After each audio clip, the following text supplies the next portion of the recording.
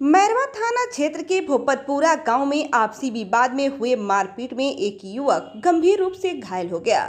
उसका दाहिना हाथ फ्रैक्चर हो गया है। घायल भोपतपुरा गांव के गोपाल गुण है। उसने इस मामले में गांव के ही दो लोगों को आरोपित करते हुए थाना में आवेदन दिया है। उसके आवेदन के अनुसार नहाने जाने को लेकर अपने पटीदार परमा गुण और अजीत गुण से विवाद हो गया।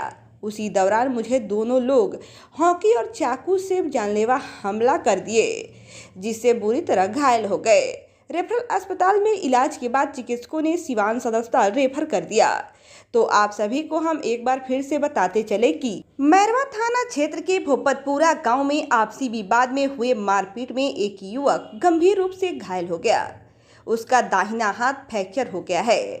घायल भोपतपुरा गांव के गोपाल गुण है। उसने इस मामले में गांव के ही दो लोगों को आरोपित करते हुए थाना में आवेदन दिया है। उसके आवेदन के अनुसार नहाने जाने को लेकर अपने पटीदार परमा गुण और अजीत गुण से विवाद हो गया। उसी दौरान मुझे दोनों लोग हॉकी और चाकू से जानलेवा हमला कर दिए, जिससे बुरी तरह घायल हो गए।